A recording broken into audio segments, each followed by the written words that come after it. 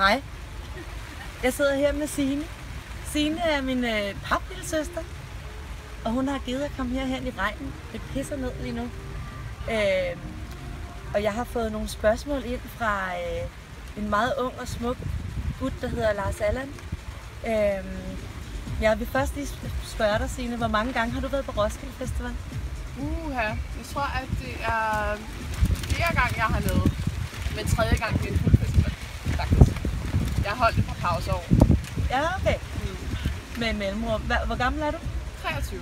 23. Flot læbestift. Tak skal du have. Ja, mega lækkert. Jeg skal lige høre om en ting til. Hvad laver du? Altså i hverdagen? Jeg læser film og medievidenskab. Første spørgsmål fra Lars Allan. Hej Lars Allan. Hvordan ser din festival-drømmefyr ud?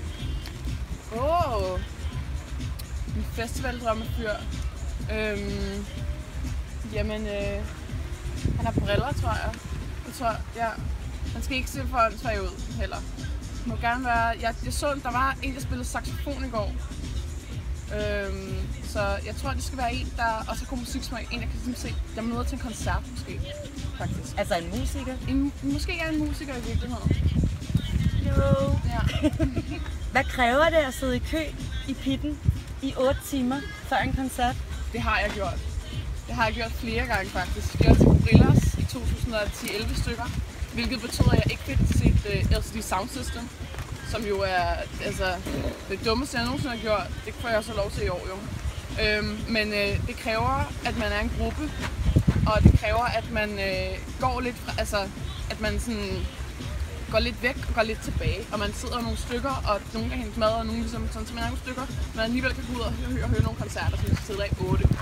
Det er smart, ja. Så man sidder der i princippet ikke i 8 timer. Det gør man faktisk ikke. Man har nogle gode venner, og så bytter man rundt. Ej, det er smart. Ja. Godt tip derude. Kender du Gojira? Nej. Hvorfor helvede ikke? Er det et spørgsmål fra Lars Allan?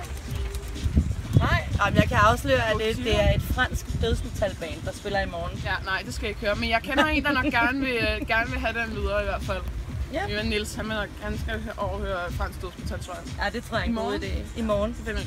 Hvad er det bedste, du har oplevet indtil videre i år? Af musik? Af hvad som helst? Det bedste, jeg har oplevet.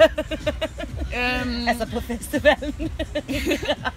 På festivalen generelt. Ja. Jeg tror, det bedste, jeg har oplevet, det har faktisk været medarbejder i år. Det er første gang, jeg er volunteer.